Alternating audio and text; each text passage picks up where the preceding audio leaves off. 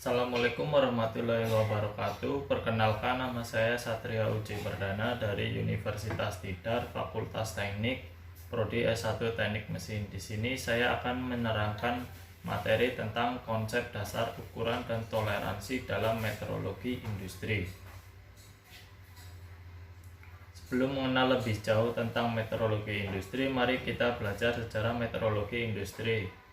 Sejak manusia mulai berkembang, alam pemikirannya masalah dimensi pengukuran mereka rasakan sebagai sesuatu yang sangat esensial. Berdasarkan sejarah, ada suatu bangsa yang telah menggunakan sebagian anggota badan manusia untuk menentukan suatu satuan atau standar pengukuran.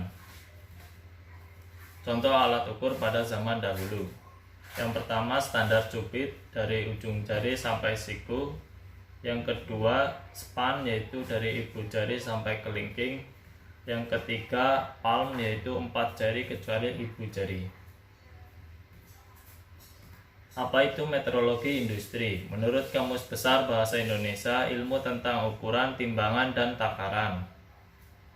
Metrologi adalah ilmu pengetahuan tentang pengukuran atau the science of measurement. Mengapa perlu ilmu untuk mengukur? Tentunya supaya pengukuran itu dapat dilakukan dengan benar dan hasil dapat dipercaya. Ungkapan Lord Kelvin 1883, "When you can measure what you are speaking about and express it numbers, you know something about it. But when you cannot measure it, when you cannot express it numbers, your knowledge is of major and unsatisfactory kind." Artinya, ketika Anda dapat mengukur apa yang Anda katakan dan dapat mengekspresikannya dalam bentuk angka atau jumlah, berarti Anda tahu banyak tentang apa yang Anda katakan. Tetapi ketika Anda tidak dapat mengukur dan mengekspresikan dalam bentuk angka apa yang Anda katakan, berarti pengetahuan Anda tentang apa yang Anda katakan adalah sangat lemah dan merupakan sesuatu yang tidak memuaskan.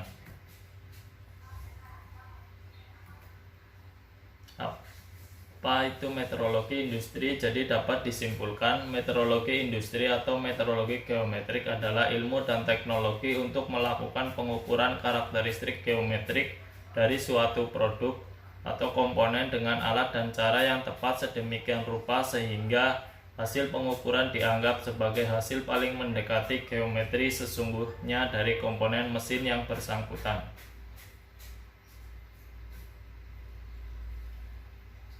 Tujuan mempelajari metrologi industri: pertama, dapat menentukan dan memilih alat ukur yang tepat sesuai dengan bentuk dari objek yang akan diukur. Kedua, dapat merendahkan biaya inspeksi semurah mungkin dengan penggunaan fasilitas yang ada secara efektif dan efisien. Yang ketiga, dengan menguasai pengetahuan tentang kontrol kualitas, maka dapat membantu peningkatan produktivitas hasil kerja, baik hasil kerja bidang pendidikan, keterampilan teknik maupun di bidang perindustrian. Beberapa istilah penting dalam pengukuran.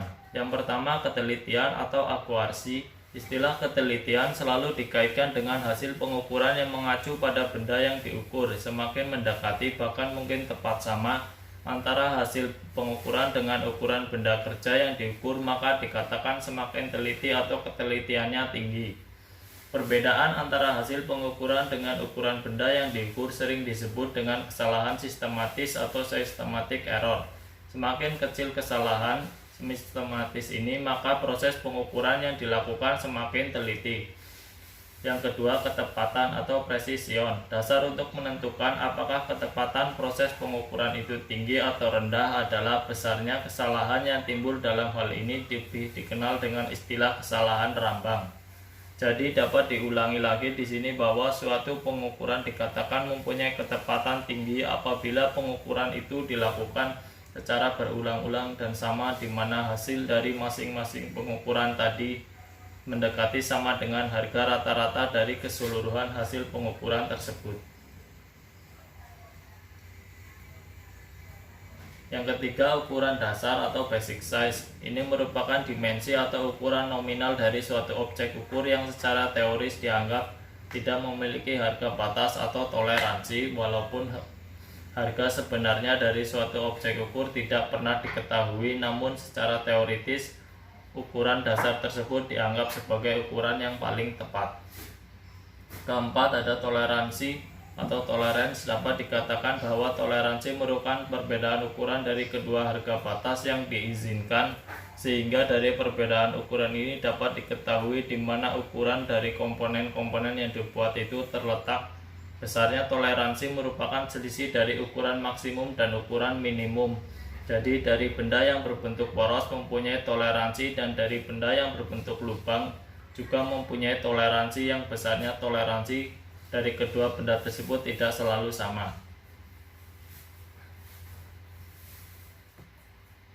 Contoh penulisan toleransi pada gambar teknik. Gambar 18A, penulisan toleransi dengan mencantumkan ukuran maksimum dan minimum secara langsung. Gambar 18B, penulisan toleransi dengan mencantumkan ukuran dasar dan harga penyimpangannya. Penyimpangan atas ditulis di atas penyimpangan bawah, berlaku untuk poros dan lubang. Gambar 18C, penulisan toleransi di mana besarnya toleransi terletak simetris terhadap ukuran dasar, penyimpangannya didahului dengan tanda plus minus. Gambar 18D, penulisan toleransi menurut standar ISO. Beberapa istilah penting dalam pengukuran.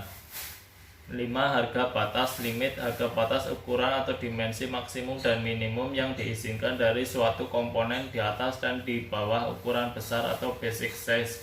Pada pembahasan mengenai statistik dan meteorologi, harga batas ini akan dibagi menjadi dua, yaitu harga batas atas dan harga batas bawah. Yang keenam, kelonggaran atau clearance. Kelonggaran merupakan perbedaan ukuran antara pasangan suatu komponen dengan komponen lain, di mana ukuran terbesar dari salah satu komponen adalah lebih kecil daripada ukuran terkecil dari komponen yang lain. Misalnya pasangan poros dan lubang. Kelonggaran akan terjadi jika dimensi terluar dari poros lebih kecil dibandingkan dengan dimensi terdalam dari lubang. Karakteristik geometri. Dalam proses pembuatan suatu produk selalu diharapkan hasil yang baik, ditinjau dari segi bentuk maupun ukuran, akan tetapi dalam kenyataannya sulit diperoleh hasil yang sangat sempurna dalam arti ukuran, bentuk, dan kehalusannya sangat tepat. Kalau suatu komponen mesin yang kita buat ternyata mempunyai ukuran yang sangat tepat dengan bentuk yang sangat sempurna, serta kehalusan permukaan komponen yang sangat halus, komponen mesin tersebut memiliki karakteristik geometri yang ideal. Faktor-faktor yang mempengaruhi karakteristik geometri. Yang pertama, cara penyetelan mesin perkakas yang tidak mungkin diperoleh proses penyatatan logam dengan sangat teliti. Kedua, metode pengukuran yang kurang tepat. Ketiga, gerakan mesin perkakas yang kadang menimbulkan penyimpangan baik gerakan translasi maupun rotasi. Keempat, keausan perkakas potong yang masih terjadi meskipun kecil. Kelima, adanya perubahan temperatur yang mempengaruhi struktur benda kerja dan juga mesin perkakas. Keenam, faktor yang terakhir adalah adanya gaya-gaya pemotongan baik yang dilakukan oleh mesin perkakas itu sendiri maupun yang timbul pada benda kerja. Sistem dan standar pengukuran. Dari sekian banyak organisasi internasional yang mengelola masalah standar pengukuran, ada suatu badan yang berhasil membuat satu sistem pengukuran yang banyak digunakan oleh negara industri. Organisasi tersebut adalah General Conference of Weights and Measures atau CGPM. Adapun sistem pengukuran yang dimaksud adalah SI Unit atau International System of Unit atau Les Systèmes International Units. Istilah yang banyak digunakan sekarang adalah sistem internasional.